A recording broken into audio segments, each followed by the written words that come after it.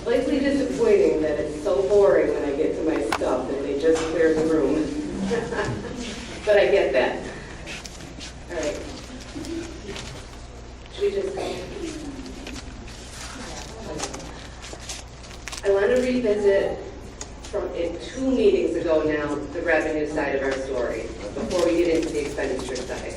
Remember, the 2 big ticket items are school taxes and state aid.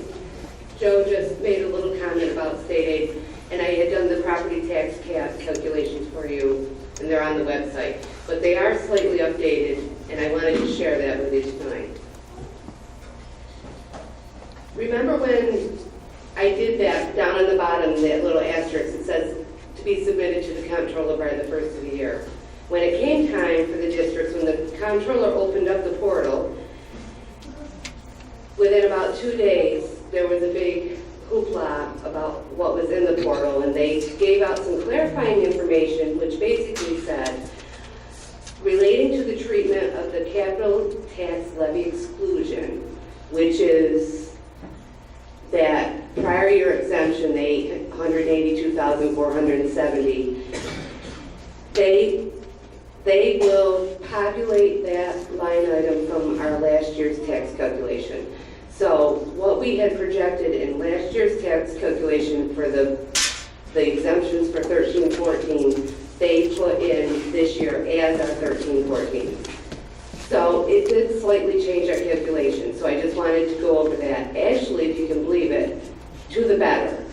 It's slightly different because our estimate a year prior was not that far off. Our new maximum allowable tax levy is 2.17%. So that means it's $53,291 increase that we can add to the tax side of the story. Just to go to the end of this presentation from last time, the real property tax freeze credit and the enhanced real property credit circuit breaker are still on the table in the executive proposal. The Senate and the Assembly are both, I believe, the Senate has offered a different version. Assembly takes that off the table. The 3 men are in the room fighting about that right now. And about everything else, which Joe is going to give you a little update on as far as the state aid side of the story with revenues. And I just want to add one other thing. We have in our budget, in the miscellaneous item, about $600,000 in revenue side. In there is where that BOCES refund is. So the refund is in our budget as well as the expenditure lines and the BOCES aid. So all 3 of those items are in there. So whether whichever way they calculate it, if we were to get more refund or less refund, we reflect it on our side too. Does that make sense? Okay. So you're saying that we're actually looking at 2.17% tax levy?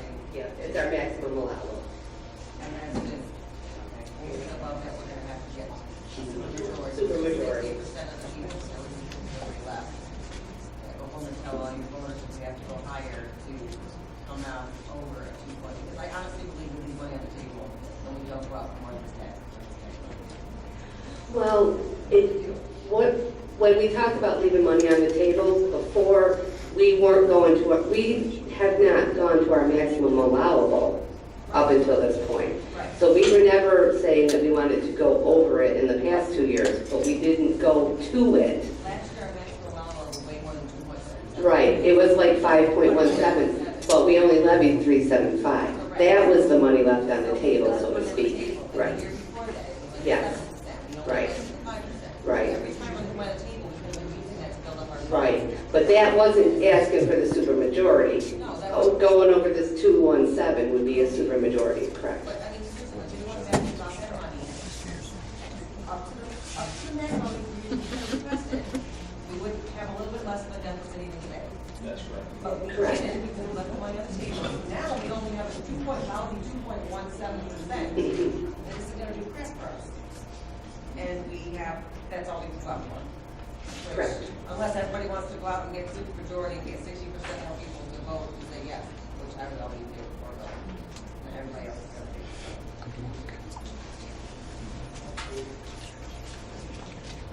You can turn that off for a minute, folks.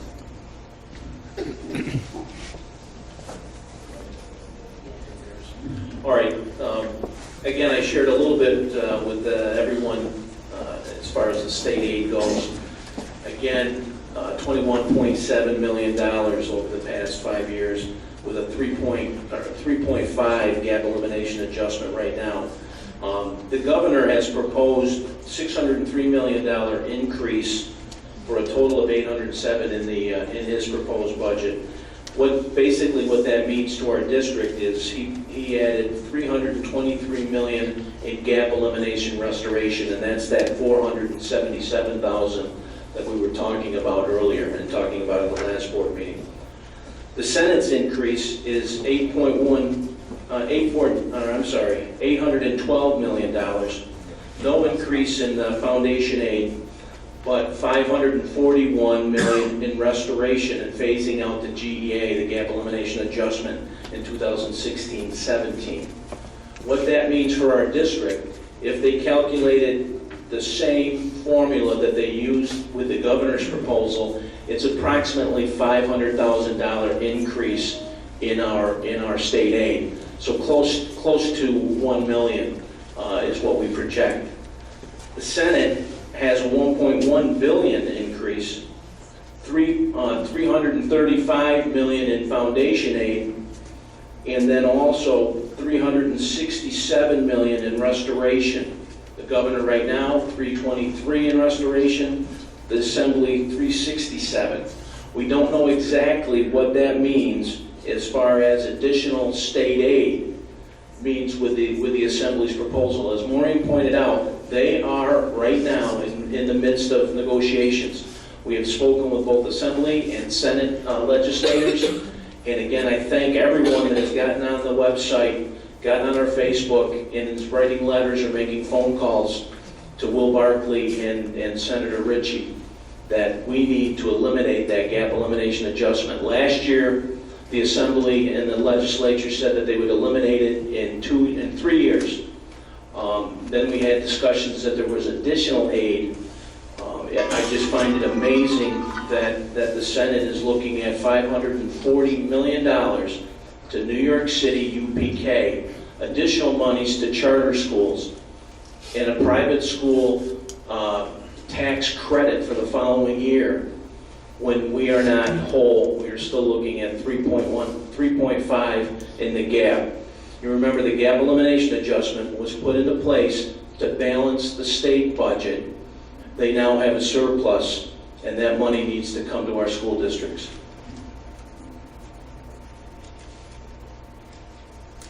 All right. That basically, those are the two stories on our revenue side. State aid, property tax caps. On the expenditure side, where we left off last time, on my nice little pies, I know you guys don't like them as much as I do, but I really do like them. The salaries and associated fringe benefits are the 75% of our budget. We went through that line by line last time, where every employee is, where whatever building they're in and what unit they work in. Tonight, we had the BOCES presentation. I think, Stuart, you asked, those numbers, those increases are in here. We have our BOCES portion of our pay going up 6%. I'm back on your budget from a couple weeks ago. You don't have to get it out. So basically, I'm looking at your debt service, your utilities and fuels, and a couple of other big items that I just want to discuss tonight to make sure that you've had everything addressed before we move forward. I'm going to start with the transportation. I always talk about this every year because transportation aid is paid on general operating and on bus purchases. All school districts are entitled to transportation aid. It can run anywhere between 6.5% and 90%. And Central Square is a 90% transportation aid district. It's based on a calculation that's about 5 pages long, but we are a 90% aided district. I tell you this because when we go to purchase buses, it has to be on the voter ballot. It must be approved by the voters. We will then send it to SED. It needs to be approved by SET, and that's how we generate the transportation aid. One caveat that I like to go through is SED amortizes the cost of the buses over 5 years, and they will pay us in 2 equal installments, and it comes in through our transportation aid. Oops, I went too fast. But it begins 12 months after the purchase of the buses. So we're basically always in lag a year, just like we are with all aid generating. This is what our bus purchase history looks like over the last 5 years, or 6 years. I wanted to put the 6 year there because a couple months ago you approved the letter of intent to purchase buses. It was the $820,196. That debt would come on in 14-15, but the 9-10 bus purchase debt would then go off. So we're up, at this point, we've rotated over 5 years of purchasing with bonds our buses. So every year, it's gonna go up a little bit because obviously the buses we're purchasing in current versus 5 years ago, but one piece of debt is gonna fall off now as one comes on every year. Does that make sense? This is the debt associated with the proposed purchase that we're gonna put on the ballot. It's seven 65 passenger or 7 large buses and 1 8-passenger van. It's about $820,000. This is an estimate that we get from fiscal advisors, but this would be the 5-year payment plan on that debt service. Stuart, I think you had asked a couple months ago about a 10-year rotation. SED does recommend that buses are purchased on with a 10-year life. It is a recommendation, it's not a law. I did ask Jim to tell us what we have for buses, and this is basically the way they break out. We have 13 buses that are over the 10 years, between 11 and 15 years old, and the rest of them you can see range down through. We have another 16 small buses, you can see their age group, and we have 3 passenger vans. To get into a 10-year rotation, we would need to acquire 20 buses. So that would be a almost $2.3 million purchase. Obviously, we would put that over 5 years. That would be all at once? Yes, to catch us up, because we already are buying 7 buses. So we would have to add 13 to that, because see, there's 13. We already are on a rotation, but it's just not on the 10-year rotation. So we would have to go 20 to get on a 10-year rotation. Does that make sense? Yeah, but is it something that we can phase in? Well, that's what I was just going to say. So the associated debt with a $2.3 million purchase is an increase of about $330,000. That's what we would need to get into our budget. So we are slowly doing that. Last year we bought, I believe, 5 buses, a wheelchair bus and 3 small. He bases it on trying to keep a decent rotation. We didn't used to have under the 15. And right now we'll be getting 7 new. So we slowly are a little bit better every year, and we're getting 1 or 2 more buses every year. You get the 7 new, they're coming off of the 13 right there, so you're 6 buses. Correct. But some of the 10 to 7 will move into that category too. So I just wanted to show you like how much money we're talking versus, and why we don't do it all at once. We just haven't come across a budget year where it was a decent thing to add too. Maureen, what's the capacity? Are all the buses filled? Like we were purchasing 7 65-passenger buses. Is there only 20 kids on the bus? Depends on the run. Is Depends on the run. that evaluated? Yeah, oh, definitely. Jim builds the runs to be over capacity, to tell you the truth, because not all the kids ride. Correct. And knowing what I do about it, a 30-passenger bus, I can get fuel miles, 65. So you're better off with 65 based upon trips or what have you. You have 45, 50 kids, take 65. So you're better off to go with a larger bus versus a smaller. With the economy.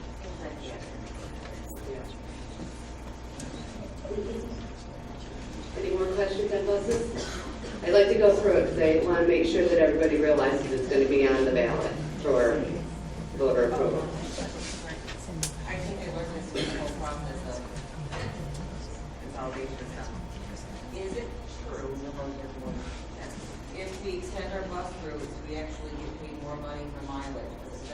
if our kids have to travel a little further. Did you tell me that? How about the three? No. Somebody said it was Well, we're already at 90% aid ratio, we can't go any higher. That is based on a lot of different factors, but the biggest one is called non-allowable pupil decimal, but there's a ratio of miles that they allow towards the calculation versus miles that they don't allow towards the Right, calculation. so if you're like gonna do like 2 miles to your school, Right. that's like helping. Yeah, basically, all districts can choose to bus all students or no. There can be walkers in a district. At the elementary level, they can walk up to 1.5 miles, and at the secondary level, they can walk up to 2 miles. Don't get nervous, we haven't gone that far yet. We pick up everybody. But because of that law, that 2 miles for everybody that's a secondary and that 1.5 miles for everybody that's a elementary close to a building is not allowed towards our calculation of our aid ratio. So if we have a So- lot of kids in a smaller community or neighborhood, whatever, we would pick them up, we take them all up, that's what we do. Right. What we support. We don't get reimbursed for that aid. Okay, it's only, but we have a lot of rural kids too. Right. And that's basically, because we're so large and rural and we run so many miles, it washes because we never are gonna go below that 90% ratio just because of how huge of miles our district is. Is that why we do the bus run where like at 5 o'clock at night, we drop them off at park at spots? No, we do that just as a help to get some of them closer to their homes Okay. so that the parents don't have to go so far to come all the way into the middle school to pick them up. Right, that's not enable. Oh. Okay, so that one is not able at all, the whole entire ride. The 315 one does take you to the house. Correct. That is able. Yeah, because it's an academic one. But 5 o'clock, like the late bus is not, that's how we drop, I really think I've got a question. One community member brought up a thought, and I guess maybe Stuart. Is there any benefit, somebody mentioned, why don't we have some buses, for example, at Cole? Is there any benefit to doing that? Did It Jim- sounded like did Jim common run out sense. on me? They basically, we And maybe do you don't have have an answer, but I just, it sounded like common we sense still to me. do the same amount of miles because they still come into the middle school and the high school to make those runs. And then they can go back out and park, or they can stay and park and then go back out. Does that make sense? Yeah, I mean, they Very much basically, so the savings isn't so much from the run as it would be from the driver's time, because if it happens to bid on a driver that's out there, then they would be starting their day out there. And that's up in the air, because you never know what runs they're gonna bid until it's at the time. It wasn't quite as simple as it sounded. Nothing simple. Nothing simple. You gotta have known that by now, don't you? So do we pay our drivers then, this is my question for Tim, do we pay our drivers then from the time they leave their house when they get to the bus garage, Right. regardless of how far they have to go? Right, well, We pay them as soon as they leave. right. And that's what I'm saying, so if somebody actually lived out there, you could possibly have a shorter run time, because that's where they live. But that would just be the chance. So what happens like on the delays, like I drive to the transportation center, it's looking like 2 hours. Am I being paid for those 2 hours or not until my run actually? No, we call the drivers before they leave, yes, most of the time. We catch them, okay. That's good.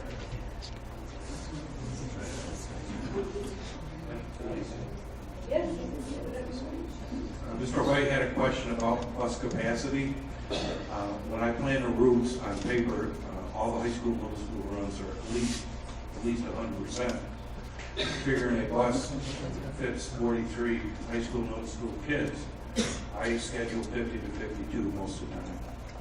Knowing that a lot of those kids are not gonna ride, and as soon as the school year goes, it starts to get going, a lot of them find rides, so on and so forth. Elementary is a different story because we're trying to keep it under an hour. So a lot of the elementary runs are light. I say 60% capacity. If you go out to Cole and Cleveland, they're more like 55, 60. So. I was just wondering if when they did an analysis.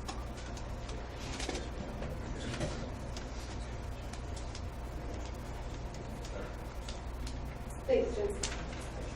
The other piece of our pie, I believe it's 10% or 9% of our budget is our debt.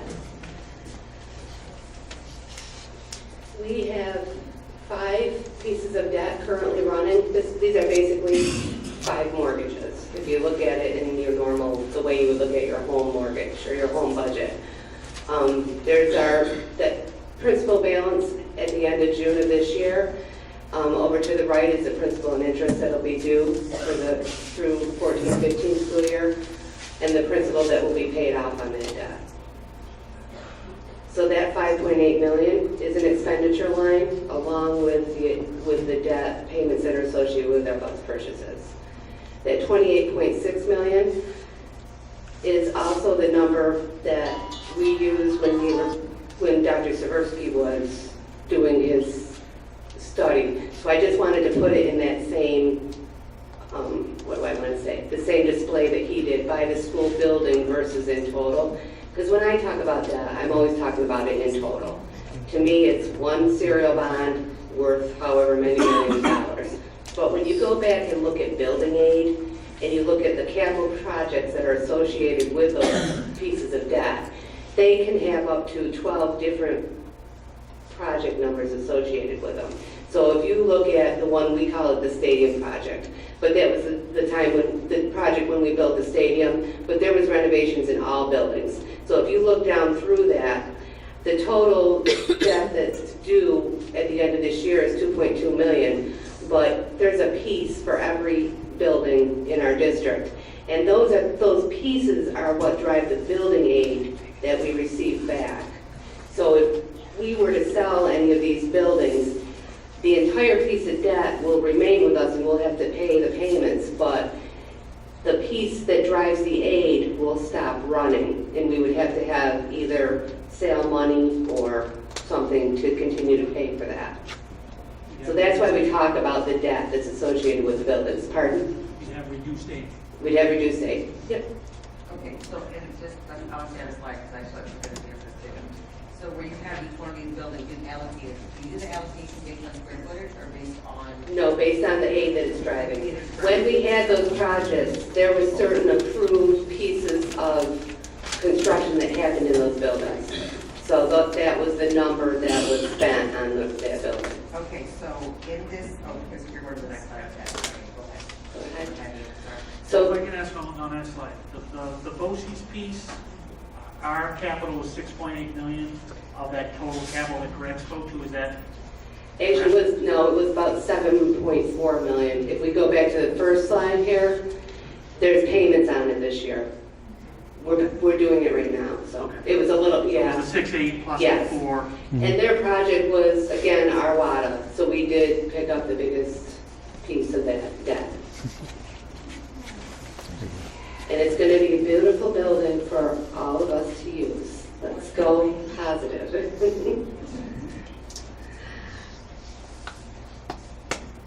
These are the 4 serial bonds that we're making payments on. I just wanted to give you an idea of how the aid is driving with the payments. The aid is always going to be less than the payments because not all pieces of a project are aidable. And then even so, even when it is aidable, there's a percentage there, whether it's 85%, 90%, depends on the time and the place and what the situation was. Okay, so this is where I want to get to.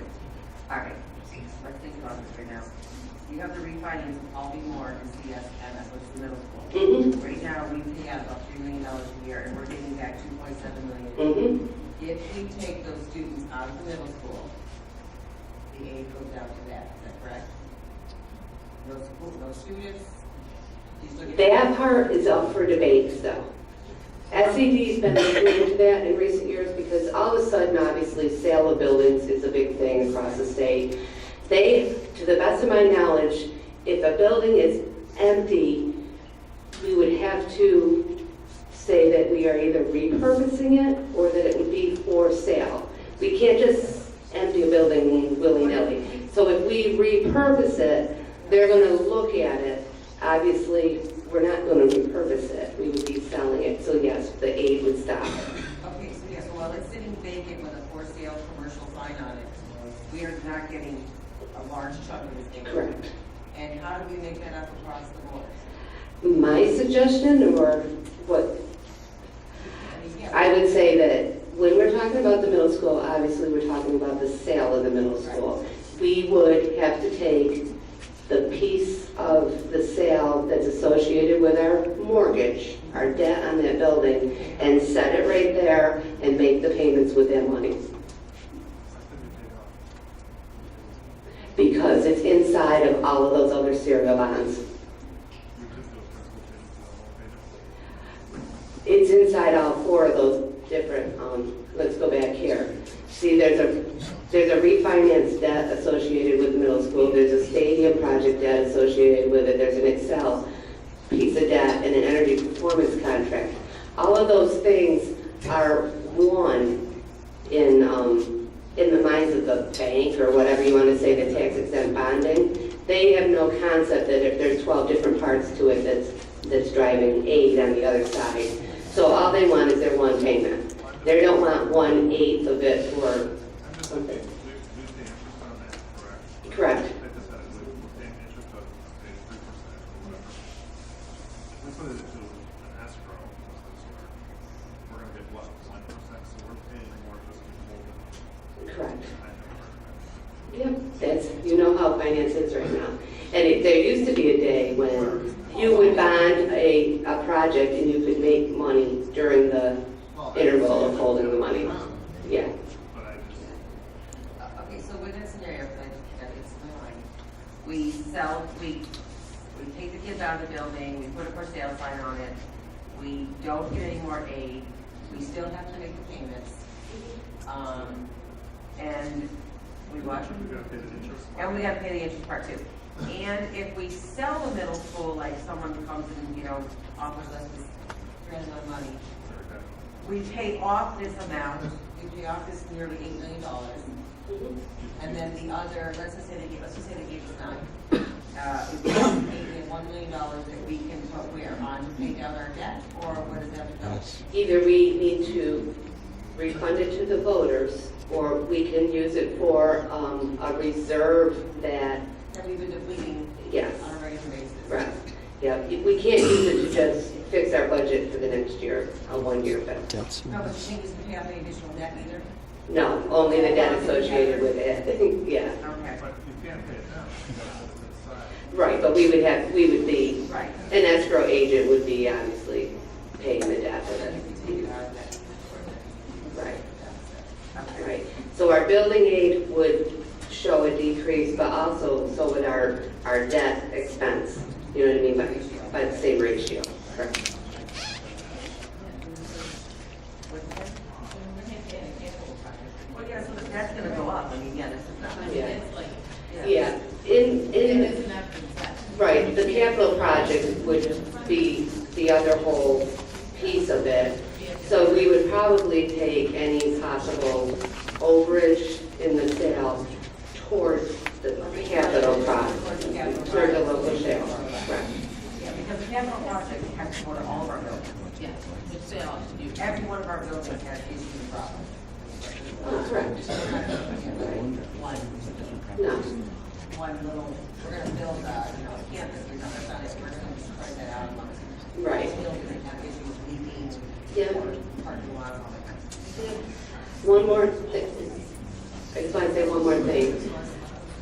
We have, in the last 2 budgets, or I shouldn't say budgets, in the legislative agendas, they have been trying to recalculate the interest rates on our debt, on all school debt. Because interest rates are so low right now, they have a law where every 10 years, they can go and recalculate how much they pay to us, which is our building aid, and just flat out recalculate it. And it's been on the table now for 2 years. These are our numbers that are associated with our loss of aid that they have, that are on the rolls for us, I guess you would say. The $110, the big number, I have had an accepted waiver of that. So even if the law passes, we won't have that happen to us. I do have the 20,940. My waiver is sitting at SED, waiting for somebody to look at it. So that's good news, even if that law goes bad for us. We have had it waived, the bulk of it. Right, but if they say no, then we still have to put $21,000 back into our budget there. Correct. I know it's minute, Right. $17,000. But it's better than 130. Yeah, so that's good news. All right. So I think we visited all parts and pieces. I want to say two things. As far as, I never go into that 2%, which is everything else, all other costs. But I don't want to leave you with the impression that it's not addressed. That type of stuff is addressed on a daily basis. Those budget items are basically everything else, and they don't increase, and they haven't increased for years. So say postage. It's being addressed because obviously we need to mail less stuff because the cost of postage has gone up and the budget is the same. So everybody is always making changes and putting forth, money-saving things that we don't see up here, but they are doing it on a day-to-day basis everywhere. You know what, though, I think we need, those are good things that you're doing, and I think we all do a good job of telling that story. So, like. When I sit here, I think of so many things I'd love to tell, but honestly, I Some of it you can't. No, but I guess I would say, so I want everybody to think about that. These line items haven't gone up in years. And the cost of what they're buying with it obviously is going up. Granted, the amount of pupils is going down, but everybody is being efficient on the smaller scale. One more question, what is our per pupil price that we're paying? And I heard someone speak tonight, he said $16,000 a year. I know we're not spending 16 grand a year. That's high, but it depends on where you go. There's different places that do it different ways. It's give or take, depending on our state aid website, which is like a 2-year-old calculation. I want to say it's right at 10,000, 9,000, right at, yeah. And then that's for regular ed. Then there's a special ed number that's higher than that. And we'll see that when the property tax, or not property tax, but when the report cards come out. That have all the scoring and all that type of stuff. That's generally the number that everybody uses. Well, I know this is state, but you wouldn't take the number of students that we have and divide it by our budget and come up with a number? No, they don't. So, and that's, I think, where the bigger, that's where the bigger number is coming from. I don't want to Because speak that for the makes, gentleman, but I'm yeah. sure that's what he Yeah, was. it's definitely. I'm sure that you took our total budget divided by number of students. No doubt. And I Sure get that, but does. I just want to make sure that we state that if we're really not spending 16 grand on a student, if we were, For sure. I would be the happiest person in But there. in a way, we are. But it's just a different way of looking at it. Because when they run the calculation the state way, they don't count certain things. But in Right. total, we're spending it all for the students. Well, Regardless we're of what spending number it it all. is, we're still like Right. the second lowest in our county. We're like number 55 in all central New York. I mean, Yeah. people don't understand how much they get here for a very small amount of money. And compared to that's, others. that argument is pro and con. It depends on who you are. Because if you want something more, you're going to use that as a negative that we aren't keeping up with the Joneses. If you want us to do less, we're going to use that as a positive as to how efficient and good we are. It's as simple as that. I know, and I've heard that argument, and I gotta tell you, we're asking, with that, we're saying, can you please do more with less? As Oh, a definitely. parent or as a board member, I would feel that that's really the adequate number. I would like that, if it was $16,000, I would be the happiest person in here. But the fact that we're spending, and I was $10,000 a student, and $6,000 we're putting back into our operating budget just to stay afloat, that really should be going directly to our students' education. And it's not. So, that's my. So we're back where we ended. The shortfall on the budget that we have is $2,074,880. That includes a $1.5 million appropriated fund balance towards it, and it was a 1.96 tax levy. I threw it all right on one slide, just to make it and discuss it all at once. I just told you that the levy adjustment stands, it's gone from 1.96 to 2.17, so that gives us a little bit of breathing room. On the docket tonight, we have a new contract for printing services that Jack Monica has worked hard on. He's formed committees, they've gone out and looked. Essentially what this is across the district, we purchase as a printer management copier, we buy it all as one technology project through the BOCES. And that saves us just under $50,000 a year if you go for the new copier proposal, which I would say you should, it's a good deal. I had on here the consolidation of into one North Shore building. I had used the smaller number, listening to what the people have been stating regarding, number one, just about being conservative, because there is a general feel that possibly building closure doesn't always yield the savings that you might think that it would. And also with some of the concerns regarding the need of that population, that maybe we would need more AAS or some other supports that we would put back. So I took the low end on that number. As I said, we're all going around doing things, making changes, like Jack doing the printing. I've been dabbling with health insurance since December, when we got our next projection for this year coming up with the increase. I'm going to go out on a limb and decrease my estimate with health insurance because I'm looking at some changes. Just like Mike Shepard was saying, all districts are in the same boat. He's looking at the same things. We currently have something, a formula, or we're put together, it's called retrospective plan with self-pooling. So we're not fully a self-funded plan, but we do hold all of our own risk. So everything that we spend on all of our people that are in our plan, we pay for. But we're still an Excelis product. We have a separate prescription drug plan, and it's all administered by Excelis, and there's administrative fees, there's all of that put on it. I've been working with, again, the same consultants. We use them. We've been using E&B since the start. They're now starting to be the people that everybody uses, and with our Excelis people.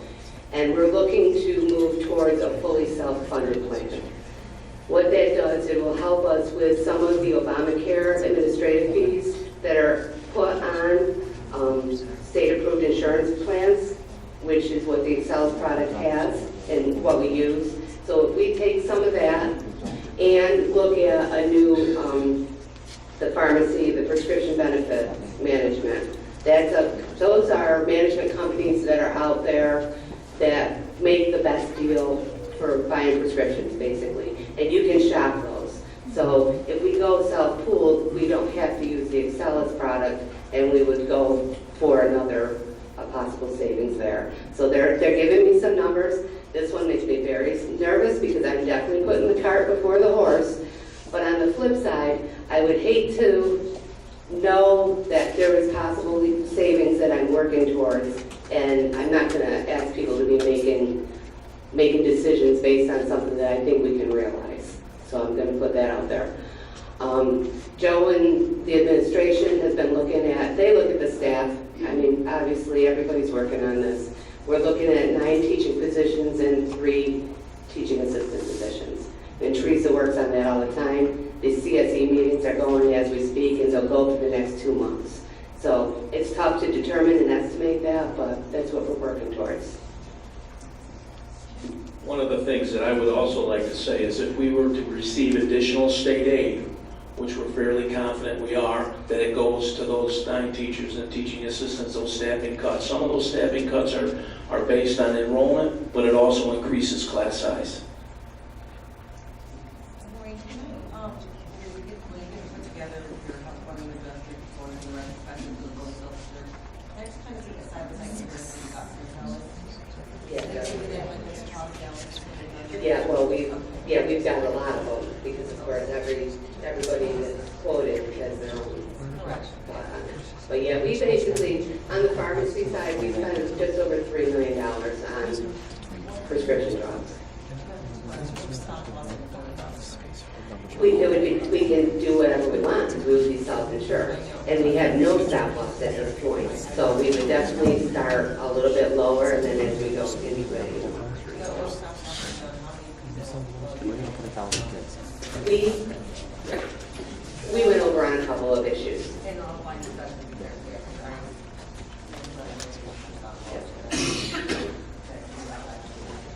Yep. Maureen, do we know, although it continually changing day in and day out, our illustrious leader, it's referred to as the Affordable Care Act, better known as the Unaffordable Care Act, from my perspective. But do we know what the impact for our district is today and what it's going to be in the future? Because I got to tell you, I have no idea what it's going to be in the future. That's, again, just like everything else, it's a little bit tough. It's definitely impacted us over the last couple of years with the increase in benefits. It's specifically the children to age 26. So those people, because we hold our own costs, you know, all of our own medical and dental, or not dental, medical and prescription, it just grows in there, but we're covering more lives because of that. And we're offering a few more benefits, but not a lot, because remember, we have a very benefit-rich plan to begin with. So that part was not as impacting to us. The part that is going to be now, that we're getting in year 3 and 4, is the taxes. And if we go to the self-funded, mechanism, those don't apply. So that's why now it's time for us to jump ship. And that's why I'm saying I think we can make some of these savings, because those are straight up. We have 1,800 lives. I mean, what's one of them is $3.40 per life. And there's another tax there. It's a higher one. It's like $7 or something per life. So right there, we'll save. But in saying that, it makes me nervous to go self-insured. Oh, yes, because if all of our people get sick, it's just like anything else when I'm talking about with an estimate.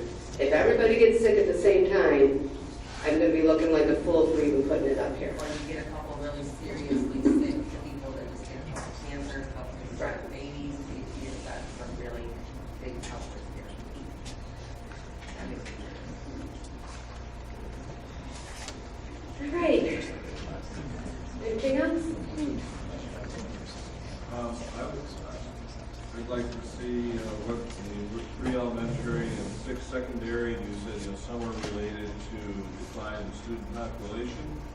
It also applies if there are some that are not related to decline in student population, which must mean we are either increasing class sizes a lot, or we are cutting back on a program somewhere. And so I'd like to know personally what's going on there. And I'm glad to hear that you didn't use the word mandate tonight or non-mandate, because I don't like those words. I think if we're teaching it in Central Square School District, and Central Square School District has mandated, period, but there's nothing that is non-mandated here.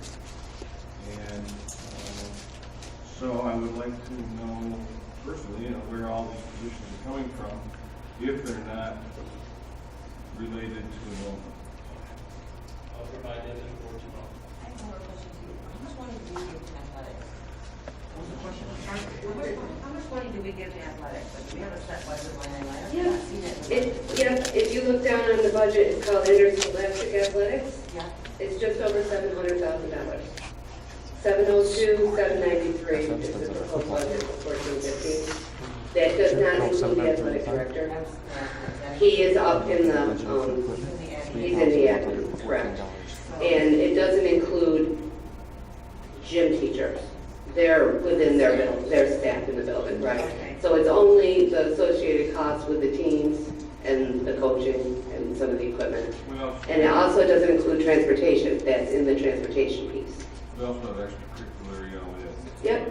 music activities, that are similar to athletics. Yep. And that's the line above it, that co-curricular line. It's just over $200,000, which is pretty much, That include, I would say 2/3 music, but it also has the advisors and the other club people in there too. So it's like about 2/3, I would say. So, okay, so in our same thinking, so the $700,000 divided over, like, I remember the straight divisions, how many teams, how many kids, I mean, how does that break down? How do you get to that number? 73 teams. 73 teams. I have a huge presentation that I can email to you. Oh, why don't you just And it has basically the cost of every team, how many kids play on it, you know, divided it out, what's the cost per pupil on each, for each sport. Right. Yeah. Okay. Is that for full? I don't have it in my hot little hands right now, but I'm sure that, I know that we've done it in the past, so. I just want to look at every aspect of the project.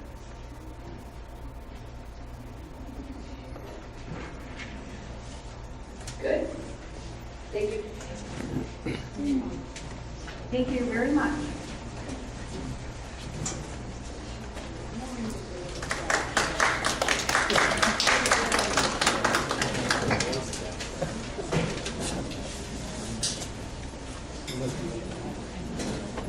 Okay, moving on to item G1, approval of this 2014-2015 school district instructional calendar. Can I have a motion to accept? Second? Any discussion?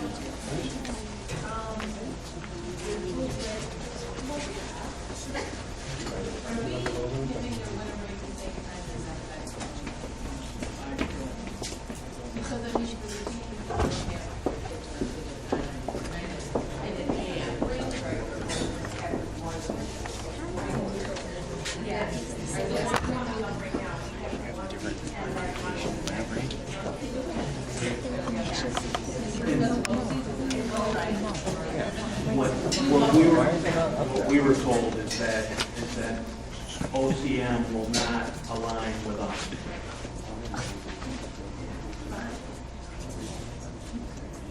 What is our goal to make a mistake as well, though? I mean, our goal is to make a mistake, we're gonna say, oh, you guys won't align with us, so that's really. But we meet together with input on this calendar. And the state testing, where obviously our April break is very early. There's a lovely state, 3 weeks of state testing dates, correct? So our April breaks actually start March 30th, correct? Did I read that accurately? No, March 30th. March 30th is what I read. Oh, March 30th, yeah. So we're not coming back from vacation and going right into exams. But then it's the state was saying that OCM said it's gonna be, it would be April 6th. I don't know that for a fact, but I wouldn't be surprised.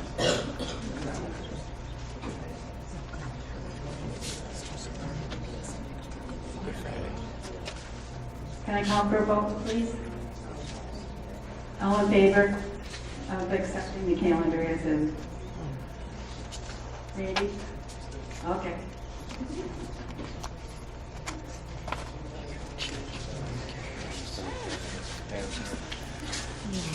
Moving on to consent agenda approval, recommendations from special ed, and the approval of the contract award with OCM BOCES for printing services.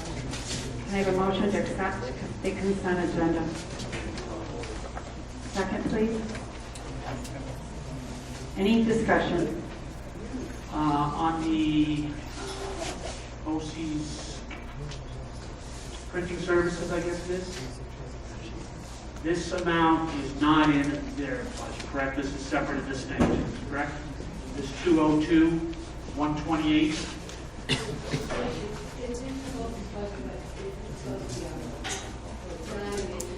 It's not what we saw today, separate and distinct, okay. Yeah, this is a service. So if we didn't, regardless of what you vote to do this, if we didn't purchase it, then they wouldn't do it. So it's not part of their budget. Okay. And what does furnish certain services mean?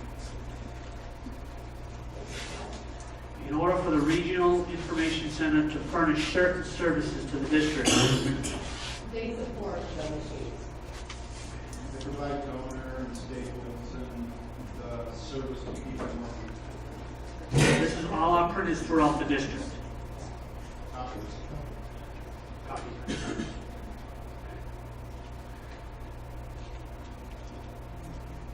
And we signed the contract for a maximum of 48 months. With this price staying consistent for 4 years? So we'll say 49,000 for 40, times 4, 49 a year. 49 years, so 200,000. And that 49 represents, it used to be 251,000. I didn't even use the modules.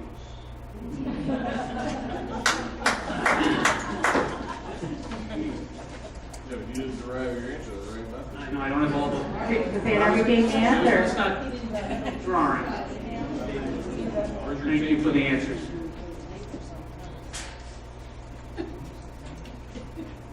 Oh, one last question, sorry. So if we decided as a district, as a board, in 2 years that we did want to do this, you could get out of it? No.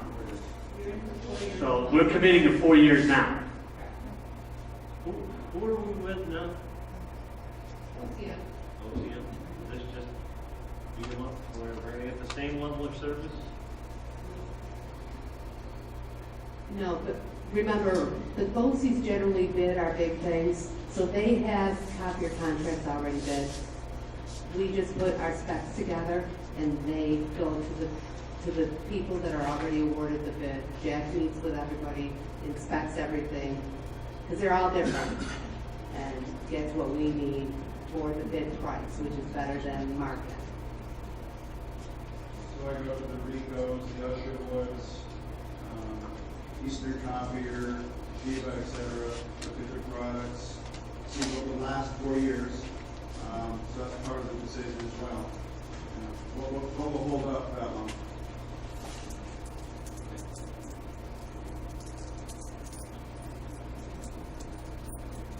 But this is just the service contract, this is not to purchase the copiers. It's a lease of them, copiers. and they have full responsibility. I love it. That lease covers everything except for the paper. I love that. Okay, any other discussion? We'll get these. Okay, Do you know what the percentage of the salary for that? It's lower, it's like 66. So we get 66% of the 200, roughly. Not the full 78%, because not all of it is payable, because some of it's a piece. They're not gonna be able to pay that. So it's cheaper to do this than it is to go to Eastern Copy and all that other one. By one count.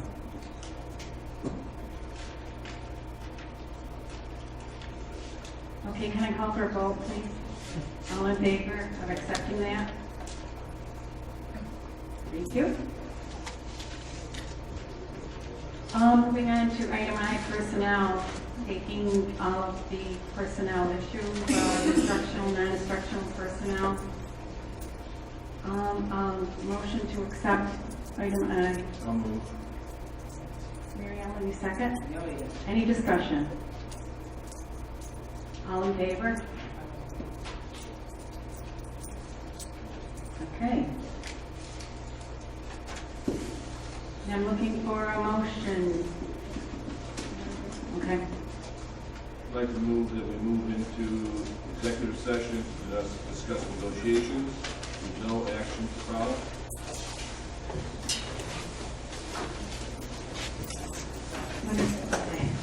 All right, all in favor? Thank you. Thank you all for coming.